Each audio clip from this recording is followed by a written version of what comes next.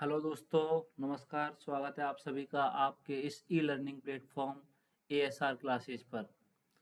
तो दोस्तों, जैसा कि आज आपने देख ही लिया होगा थंबनेल में कि आज का हमारा टॉपिक क्या रहने वाला है। आज की हमारी जो क्लास है वो रहने वाली है भारत की शास्त्रीय भाषाओं के बारे में। भारत की जो शास्त्रीय भाषाएं हैं उनसे रिलेटेड जितने भी क्वेश्चन पूछे जाते हैं एग्जाम्स में, उनके बारे में आज हम बात करेंगे। उनसे संबंधित हम थ्योरी पढ़ेंगे कि कौन कौन सी चीज़ें हैं और किस प्रकार हैं। अभी तक कितनी राजभाषाएं थीं और अब वर्तमान में कितनी नई राजभाषाएं हो गई हैं। जैसा कि थंबनेल में आप लोगों को दिख रहा होगा कि नई 5 भाषाओं को मिला है शास्त्रीय दर्जा। तो ये क्वेश्चन एक तरीके से करंट का भी बनता है और एक तरीके से स्टैटिक जीके का भी बनता है। तो दोनों तरीके से यह टॉपिक महत्वपूर्ण हो जाता है कि 5 नई भाषाओं को मिला है शास्त्रीय दर्जा मिला है। ये ऐतिहासिक फैसला है। तो इससे पहले कितनी भाषाएं थी जो कि शास्त्रीय भाषाओं में सम्मिलित थीं और वर्तमान में कितनी राजभाषा ऐसी शास्त्रीय भाषाएं हो चुकी हैं 5 नई जोड़ने के बाद में। तो इस चीज़ को आज हम पढ़ेंगे और थ्योरी पढ़ने के बाद में एग्जाम में पूछे जाने वाले जो प्रीवियस ईयर क्वेश्चन है इससे रिलेटेड, उनका भी आज हम रिवीजन करेंगे। तो चलिए दोस्तों, आज की क्लास हम स्टार्ट करते हैं यहाँ से।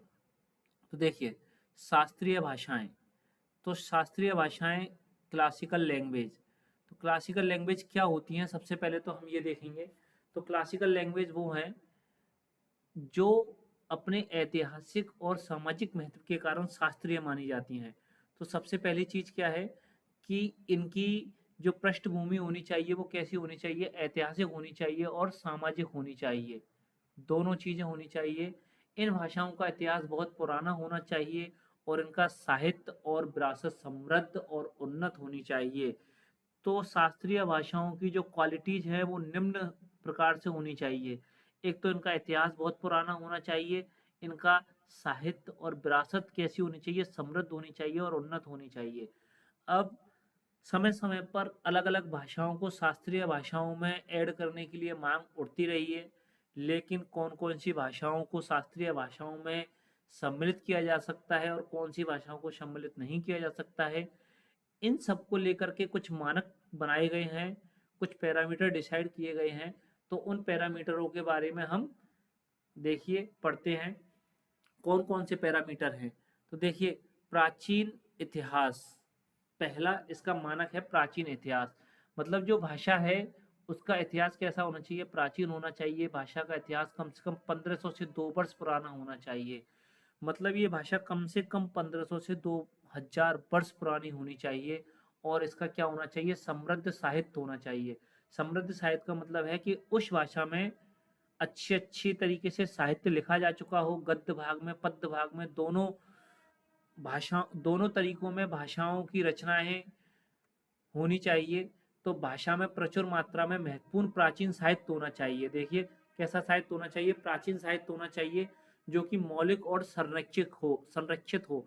मौलिक और संरक्षित भी होना चाहिए। मतलब कि कोई भाषा है, अगर उसका मान के चलिए प्राचीन साहित्य तो है, लेकिन वर्तमान में वो संरक्षित नहीं है, तो फिर उसका पता कैसे चलेगा कि वो भाषा का इतिहास कितना समृद्ध साहित्य रहा है या नहीं रहा है?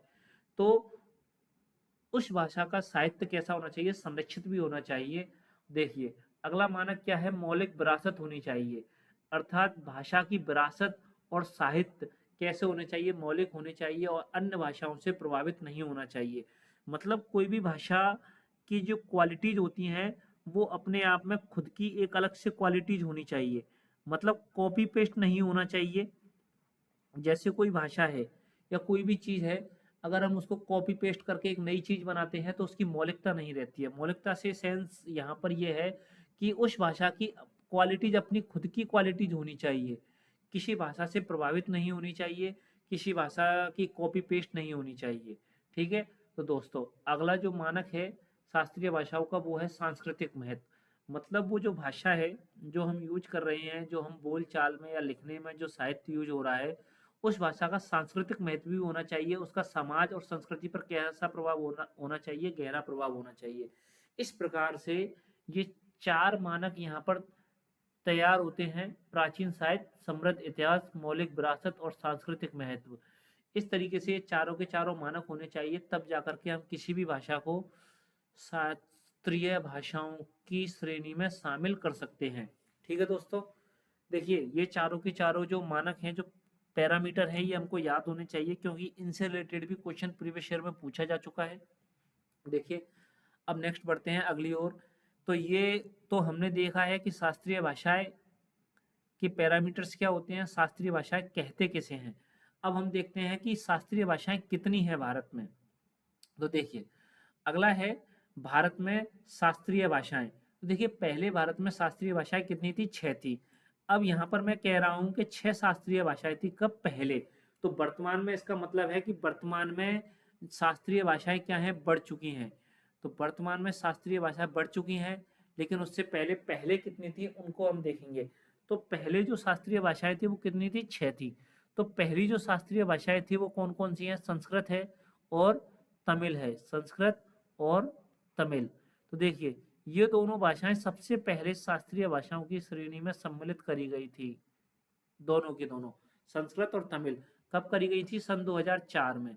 सन 2004 में, ये हमको याद रखना है कि 2004 में संस्कृत और तमिल को क्या किया गया था, शास्त्रीय भाषाओं में सबसे पहले सम्मिलित किया गया था। ये क्वेश्चन पूछा गया है, बार बार पूछा गया है, बहुत सारी एग्जामों में पूछा गया है, रेलवे की अलग अलग एग्जामों में पूछा जा चुका है। इसके बाद में सन 2008 में तेलुगु और कन्नड़ को शामिल किया गया। इसके बाद में सन 2013 में मलयालम को और सन 2014 में उड़ीसा को। इस प्रकार 6 शास्त्रीय भाषाएं थी। कब तक, सन 2014 तक। सन 2014 से लेके 2024 तक कितनी शास्त्रीय भाषाएं थी, 6 शास्त्रीय भाषाएं थी। कितनी थी, 6 शास्त्रीय भाषाएं थी।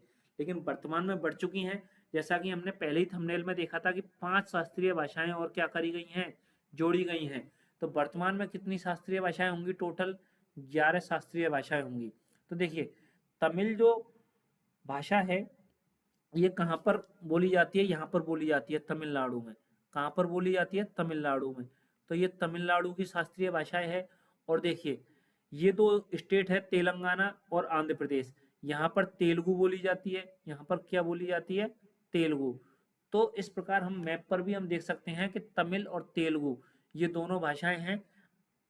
तेलंगाना और आंध्र प्रदेश में तेलुगु भाषा है और तमिलनाडु में तमिल भाषा है। केरल में मलयालम भाषा बोली जाती है, कर्नाटक में कन्नड़ भाषा बोली जाती है।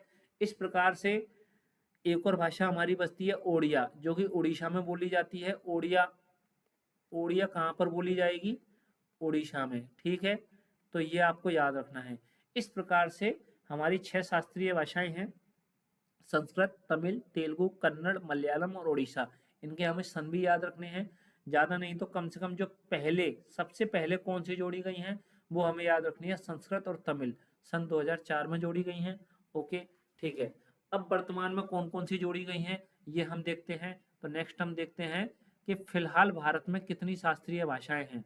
तो देखिए भारत में फिलहाल 11 शास्त्रीय भाषाएं हैं। तो मैंने अभी आपको बताया पहले कितने थी, पहले कितनी थी, 6। अब वर्तमान में कितनी जोड़ी गई हैं, 5। तो इस प्रकार टोटल कितनी हुई, 11 शास्त्रीय भाषाएं हुई हैं। तो ये 5 जो नई भाषाएं हैं ये कब जोड़ी गई हैं, 3 अक्टूबर 2024 को। मतलब सन 2024 में नवरात्रों में, सन 2024 में नवरात्रों में 5 नई भाषाओं को भी शास्त्रीय भाषाओं का दर्जा दिया जा चुका है। शास्त्रीय भाषाओं के जो पैमाने हैं उन पैमानों पर ये भाषाएं खरी उतरती हैं। तो ये भाषाएं कौन कौन सी है, एक तो मराठी है, पाली है, प्राकृत है, असमिया है और बंगाली है। इस प्रकार से ये 5 नई भाषाएं हैं जो कि अभी वर्तमान में शास्त्रीय भाषाओं में जोड़ी गई हैं। तो देखिए मराठी जो भाषा है ये कहाँ पर बोली जा रही है, महाराष्ट्र में बोली जाती है।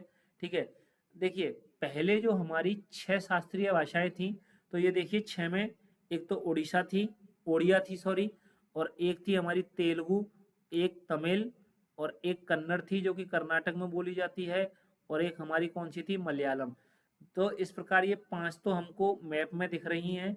और एक संस्कृत भाषा है जो कि किसी स्टेट की फिक्स नहीं है। संस्कृत भाषा संपूर्ण भारत में बोली जाने वाली भाषा है, अलग अलग जगह पर वर्तमान में बोली नहीं जाती है, लेकिन संस्कृत का इतिहास है वो बहुत समृद्ध रहा है। अब वर्तमान में जो 5 भाषाएं जोड़ी गई हैं उनमें से एक है मराठी। तो मराठी महाराष्ट्र में बोली जाती है। बंगाली, बंगाली भाषा पश्चिमी बंगाल में बोली जाती है दोस्तों। बंगाली भाषा कहाँ पर बोली जाती है ये तो आपको पता ही होगा, पश्चिमी बंगाल में बोली जाती है। एक हमारा यहाँ पर एक स्टेट है ये त्रिपुरा। त्रिपुरा जो स्टेट है, इस त्रिपुरा में भी बंगाली भाषा बोली जाती है। इस प्रकार से त्रिपुरा और पश्चिमी बंगाल, इन दोनों स्टेटों में बंगाली भाषा बोली जाती है। असमिया, एक नई भाषा जोड़ी गई है, कौन सी? असमिया, जो कि कहाँ पर? असम में, जो कि कहाँ पर? असम में बोली जाती है। तो देखिए, बाकी की 2 भाषाएं बची हैं, पाली और प्राकृत, जो कि वर्तमान में बोली तो नहीं जाती हैं, लेकिन इनका इतिहास बहुत समृद्धशाली रहा है और इन भाषाओं के सांस्कृतिक और ऐतिहासिक साक्ष्य हमको समय समय पर मिलते रहते हैं। इस प्रकार से पाली भाषा जो है और प्राकृतिक भाषा जो है, इनको भी किसमें जोड़ा गया है? शास्त्रीय भाषाओं में जोड़ा गया है। तो देखिए दोस्तों, अब हम नेक्स्ट बढ़ते हैं।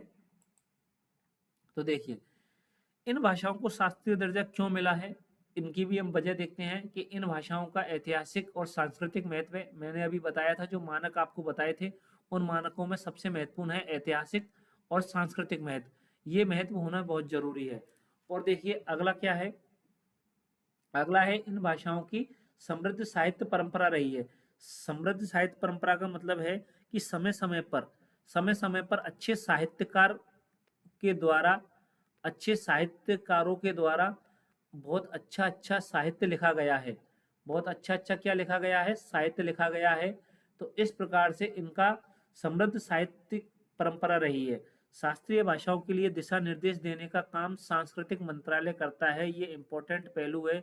देखिए, ये बहुत अच्छा तथ्य है कि शास्त्रीय भाषाओं से संबंधित जितने भी डिसीजन है वो कौन लेता है? सांस्कृतिक मंत्रालय के द्वारा लिए जाते हैं।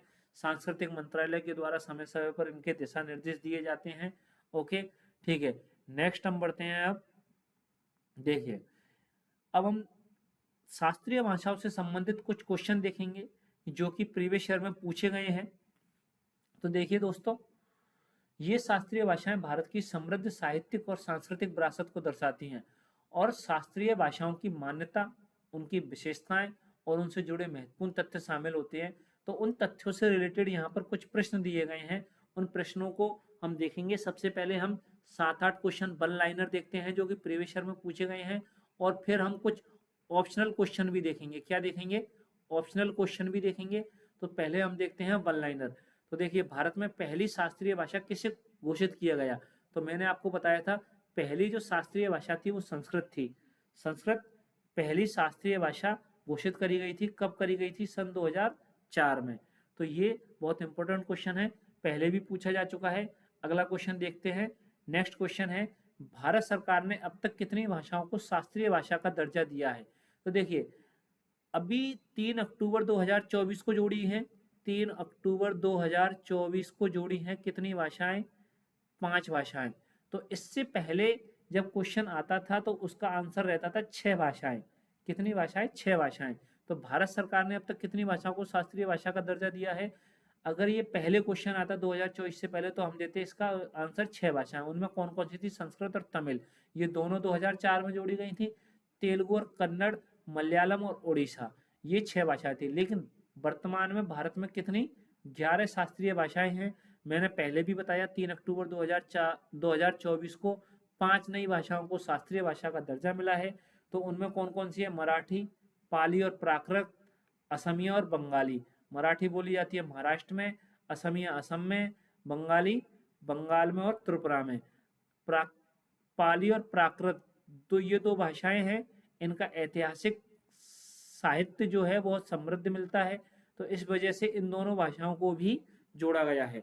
अगला नेक्स्ट थर्ड क्वेश्चन देखते हैं। किस वर्ष में तमिल को शास्त्रीय भाषा का दर्जा घोषित किया गया? 2004 में।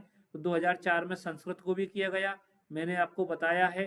तो देखिए, अगर क्वेश्चन ये आता है कि सबसे पहले कौन सी भाषा को शास्त्रीय भाषा का दर्जा मिला है, तो या तो संस्कृत ऑप्शन में होगा या तमिल ऑप्शन में होगा। तो जो भी दोनों में से जो भी ऑप्शन होगा, उनमें से एक ऑप्शन करेक्ट करना है, या तो तमिल ऑप्शन करेक्ट होगा या संस्कृत ऑप्शन करेक्ट होगा। ठीक है, दोनों एक साथ में नहीं आएंगे। अगर दोनों एक साथ में आते हैं तो वो एक ही ऑप्शन में होंगे, वो दोनों के दोनों कोई एक ही ऑप्शन में दिए होंगे। तो देखिए दोनों भाषाओं को सन 2004 में मिला है। तेलुगु और कन्नड़ को शास्त्रीय भाषा का दर्जा कब मिला है? 2008 में मिला है, ये भी आप पढ़ चुके हैं। अगला क्वेश्चन देखते हैं, उड़ीसा भाषा को शास्त्रीय भाषा का दर्जा कब मिला है? 2014 में। ठीक है, अगला क्वेश्चन क्या है, शास्त्रीय भाषा का दर्जा पाने वाली पहली द्रविड़ भाषा कौन सी है? पहली द्रविड़ भाषा। अब देखिए यहाँ पर द्रविड़ भाषा पहली पूछी गई है तो तमिल, लेकिन अगर क्वेश्चन ये आता शास्त्रीय भाषा का दर्जा पाने वाली पहली भाषा कौन सी है, तो प्लस में तमिल प्लस संस्कृत हो जाती, फिर क्या हो जाती? तमिल प्लस संस्कृत हो जाती। लेकिन यहाँ पर क्या पूछा है? द्रविड़ भाषा, पहली द्रविड़ भाषा। तो दोस्तों संस्कृत नहीं, कौन सी होगी? तमिल। तो पहली द्रविड़ भाषा कौन सी है? तमिल है, जिसको शास्त्रीय भाषा का दर्जा मिला है। ओके दोस्तों, अब देखिए नेक्स्ट हम बढ़ते हैं क्वेश्चन नंबर 7 की ओर। तो क्वेश्चन नंबर 7 हमारा क्या है, मलयालम को किस वर्ष शास्त्रीय भाषा का के रूप में मान्यता मिली है या शास्त्रीय भाषा का दर्जा मिला है? तो सन 2014 में मिला है। ठीक है, ये हम पढ़ चुके हैं। अगला क्वेश्चन है प्रश्न नंबर 8, शास्त्रीय भाषा की मान्यता के लिए कौन से मानक आवश्यक हैं? देखिए मैंने अभी आपको 4 मानक बताए थे। कितने मानक? 4 मानक बताए थे। तो उनमें कौन कौन से हैं? पहला, प्राचीन साहित्य होना चाहिए, उसका समृद्ध साहित्य होना चाहिए, मौलिक विरासत होनी चाहिए, मतलब यूनिकनेस होनी चाहिए, लैंग्वेज में कोई कॉपी पेस्ट नहीं होना चाहिए, और वर्तमान में उनका सांस्कृतिक व सामाजिक महत्व होना चाहिए। ये चारों के चारों मानक अगर हैं तो ही किसी भाषा को शास्त्रीय भाषा का दर्जा दिया जा सकता है। ठीक है दोस्तों, ये हमने वन लाइनर क्वेश्चन देखे हैं अभी। अब इसके बाद में हम देखेंगे ऑप्शनल क्वेश्चन, ठीक है, जो कि प्रीवियस ईयर में पूछे जा चुके हैं। तो देखिए दोस्तों, ये रहा हमारा अगला क्वेश्चन, निम्नलिखित में से कौन सी भाषा भारत सरकार द्वारा घोषित शास्त्रीय भाषा का उदाहरण नहीं है? तो देखिए 4 ऑप्शन है, 4 ऑप्शन में से देखिए उड़िया क्या है? शास्त्रीय भाषा है। कन्नड़ शास्त्रीय भाषा है। मलयालम, कन्नड़ भाषा, मलयालम भी क्या है? शास्त्रीय भाषा है। लेकिन देखिए क्वेश्चन है ये 2022 का, तो 2022 तक बांग्ला जो भाषा थी या बंगाली जो भाषा थी उसको शास्त्रीय भाषा के रूप में दर्जा प्राप्त नहीं था। तो उस समय पर रेलवे ने इसका आंसर डी माना था, बांग्ला भाषा या बंगाली भाषा। लेकिन वर्तमान में भारत सरकार के द्वारा 11 भारतीय भाषाओं को शास्त्रीय भाषा का दर्जा दिया गया है। पहली तमिल थी जो कि 2004 में थी। वर्तमान में 3 अक्टूबर 2024 को मिल चुका है बांग्ला भाषा को शास्त्रीय भाषा का दर्जा। इस प्रकार वर्तमान में 11 भाषा होती हैं, बार बार मैं रिवीजन करवा रहा हूँ। तो दोस्तों अब अगर ये क्वेश्चन आता है तो बांग्ला भाषा इसका आंसर नहीं होगा, फिर कोई अलग जैसे ऑप्शन दिया होगा, मान के चलिए यहाँ पर फिर ऑप्शन दिया होगा हिंदी, तो दोस्तों फिर हम क्या करेंगे, हिंदी क्वेश्चन को करेक्ट कर देंगे। ओके देखिए अब हम नेक्स्ट क्वेश्चन देखते हैं, क्वेश्चन नंबर 10, इनमें से कौन सी भाषा अभी तक भारत की शास्त्रीय भाषा नहीं है? संस्कृत शास्त्रीय भाषा है, तेलुगु शास्त्रीय भाषा है, तमिल शास्त्रीय भाषा है, मराठी। तो देखिए क्वेश्चन ये फिर से 2022 में आरआरबी ग्रुप डी में पूछा गया है। 20/9/2022 को जो एग्जाम लगी है अभी 2 साल पहले, उसमें जब ये क्वेश्चन पूछा गया था तब तक ये मराठी भाषा शास्त्रीय भाषाओं की श्रेणी में नहीं थी, तो ऑप्शन डी इसका आंसर माना गया था। परंतु वर्तमान में मराठी भाषा को शास्त्रीय भाषा का दर्जा दिया जा चुका है। ठीक है दोस्तों, ओके। अब देखिए नेक्स्ट है क्वेश्चन नंबर 11। देखिए मैं इन क्वेश्चन को इस वजह से आपको बता रहा हूं ताकि आप लोगों को पता चले कि इस टॉपिक से रिलेटेड क्वेश्चन पूछे जाते हैं, बार बार में पूछे जाते हैं, लगातार पूछे जाते हैं। तो देखिए 2022 में जो एग्जाम हुई है उन 2022 में अलग अलग शिफ्ट में बार बार में इसी टॉपिक से रिलेटेड क्वेश्चन पूछे गए हैं, अलग अलग क्वेश्चन पूछे गए हैं। तो देखिए ये क्वेश्चन क्या है, क्वेश्चन नंबर 11, निम्न में से कौन सी भाषा शास्त्रीय भाषा की श्रेणी में आती है? तो देखिए हिंदी नहीं आती है। प्राकृतिक भाषा वर्तमान में तो आती है दोस्तों, वर्तमान में तो आती है, लेकिन तो जब 2022 में ये एग्जाम लगी थी उस टाइम पर प्राकृतिक भाषा भी नहीं थी। संस्कृत भाषा शामिल थी और पाली भाषा भी उस समय पर शामिल नहीं थी, लेकिन वर्तमान में पाली भाषा को शास्त्रीय भाषा मान लिया गया है और प्राकृतिक भाषा को भी शास्त्रीय भाषा मान लिया गया है। इन दोनों भाषाओं को ऐड किया गया है कब? 3 अक्टूबर 2024। आपको ये डेट याद रखनी है, मैं बार बार मैं आपको रिवीजन करवा रहा हूँ, 3 अक्टूबर 2024। ओके दोस्तों, ठीक है। अगला क्वेश्चन देखते हैं, क्वेश्चन नंबर 12, निम्न में से किस शास्त्रीय भाषा को पूर्व की इतावली कहा जाता है? ये क्वेश्चन बहुत इंपॉर्टेंट है दोस्तों। क्या है? पूर्व की इतावली कहा जाता है, क्योंकि इस भाषा के सभी शब्द स्वर ध्वनि के साथ समाप्त हो गए हैं। तो देखिए, पहले हम पढ़ते हैं कि इतावली भाषा क्या होती है। इतावली भाषा जो होती है उसमें जितने भी शब्द होते हैं वे स्वरों के साथ ही समाप्त होते हैं। मतलब जो शब्द जो है अगर वो समाप्त होगा तो वो कैसे समाप्त होगा? स्वर पर समाप्त होगा। किस पर समाप्त होगा? स्वर पर। तो देखिए ऑप्शन है तेलुगु, कन्नड़, मलयालम और मराठी। इसका आंसर होगा तेलुगु। क्यों होगा? क्योंकि तेलुगु भारत की एकमात्र ऐसी शास्त्रीय भाषा है, एकमात्र, ये आपको याद रखनी है, एकमात्र शास्त्रीय भाषा है जिसके प्रत्येक शब्द का अंत किससे होता है? स्वर से होता है। इस प्रकार इतावली भाषा में शब्द जो होते हैं वो स्वरों के साथ समाप्त होते हैं। किसके साथ समाप्त होते हैं? स्वरों के साथ। इस प्रकार तेलुगु को पूर्व का इतावली कहा जाता है। ये इंपॉर्टेंट है, ये आपको याद रखना है। पूर्व की इतावली कौन सी भाषा को कहा जाता है? तेलुगु भाषा को कहा जाता है। दोस्तों इंपॉर्टेंट क्वेश्चन है। पूरी संभावना है कि नेक्स्ट जो एनटीपीसी और ग्रुप डी की जो एग्जाम लगेगी उसमें भी इस क्वेश्चन को पूछा जाएगा। ठीक है दोस्तों, तो ये आपको याद रखना है। आरआरबी, जेई, टेक्नीशियन, जितनी भी एग्जाम है उन सारी एग्जामों में इस क्वेश्चन को पूछा जाएगा, बार बार पूछा जाएगा। ठीक है दोस्तों, तो पूर्व की इतावली किसे कहा जाता है? तेलुगु भाषा को कहा जाता है। क्यों कहा जाता है? क्योंकि शब्दों के अंत में क्या होता है? स्वर का उच्चारण होता है। नेक्स्ट क्वेश्चन है, देखिए नेक्स्ट क्वेश्चन दोस्तों आपके सामने ये रहा। मैं डॉट डॉट में तमिल भाषा को भारत की शास्त्रीय भाषा घोषित किया गया है। देखिए ये क्वेश्चन आरआरबी का बहुत फेवरेट क्वेश्चन है। देखिए 2022 में फिर पूछा गया है, 2 तारीख को, 2 सितंबर को, 6 सितंबर को, अलग अलग शिफ्टों में पूछा गया है। तो देखिए तमिल भाषा को कब किया गया था? 2004 में। तो ऑप्शन क्या करेक्ट होगा? ऑप्शन ए करेक्ट होगा, सन 2004 में तमिल भाषा को भारत की शास्त्रीय भाषा घोषित किया गया है। उल्लेखनीय है कि वर्ष 2004 में भारत सरकार द्वारा एक नई भाषा वर्ग शास्त्रीय भाषाओं को बनाने का फैसला लिया गया। तो भारत सरकार के द्वारा पहली बार सन 2004 में शास्त्रीय भाषाओं का एक वर्ग बनाया गया। तो ये डिसीजन पहली बार कब लिया गया? सन 2004 में, जिसके परिणाम स्वरूप अब तक कुल 11 भाषाओं को शास्त्रीय भाषा का दर्जा दिया जा चुका है। दोस्तों कितनी भाषाओं को? 11 भाषाओं को दिया जा चुका है। पहले कितनी थी? 6 भाषाएं थी। पहले कितनी थी? 6। कब तक? 2014 तक। ठीक है, अब वर्तमान में 2024 में कितनी हो चुकी हैं? 11। ठीक है, 3 अक्टूबर 2024, फिर से मैं बता रहा हूँ, 3 अक्टूबर 2024 को दोस्तों 5 नई भाषाओं को जोड़ा गया है। ओके, देखिए दोस्तों अब मैं आपको कुछ मैप दिखा देता हूँ। मैप पर अलग अलग भाषाएं हैं, उनके बारे में हम देख लेते हैं। यहाँ पर शास्त्रीय भाषा से संबंधित जो टॉपिक है वो समाप्त हो चुका है दोस्तों। देखिए, तो दोस्तों यहाँ पर अलग अलग स्टेटों में बोले जाने वाली जो भाषाएं हैं उनको हम देखिए नीचे से देखते हैं। तमिल भाषा जो कि तमिलनाडु में बोली जाती है। मलयालम भाषा केरल में बोली जाती है। ठीक है, कन्नड़ भाषा ये कर्नाटक की है। कोंकणी, कोंकणी भाषा कहाँ पर? गोवा, गोवा से संबंधित है। मराठी महाराष्ट्र में है। गुजराती गुजरात में है। और देखिए ये पूरा जो एरिया है, ये पूरा का पूरा जो एरिया है दोस्तों, ये वाला उत्तर भारत का, यहाँ पर देखिए हिंदी भाषा बोली जाती है। पंजाब में पंजाबी है, कश्मीर में कश्मीरी है, लद्दाख में लद्दाखी है। मतलब यहाँ पर जो भाषाएं हैं यहाँ पर उर्दू भाषा का प्रभाव भी रहता है। कौन सी भाषा का? उर्दू भाषा का। ठीक है, उर्दू भाषा भी बोली जाती है। देखिए नेपाल में नेपाली बोली जाती है। यहाँ पर जब हम आते हैं अरुणाचल प्रदेश में, तो अरुणाचल प्रदेश में निशी एक भाषा है। आसमी भाषा आसाम में बोली जाती है, ये हमारी शास्त्रीय भाषा है। और देखिए दोस्तों मेघालय जो है, मेघालय में खासी भाषा बोली जाती है। मणिपुर में मणिपुरी और नागालैंड में आओ। ठीक है, और बंगाली भाषा यहाँ पर 2 जगह पर बोली जाती है। पश्चिमी बंगाल में बोली जाती है दोस्तों, और ये जो हमारा स्टेट है त्रिपुरा, त्रिपुरा में भी बोली जाती है। ओके, मिजोरम में मीजो भाषा बोली जाती है। मिजोरम में कौन सी?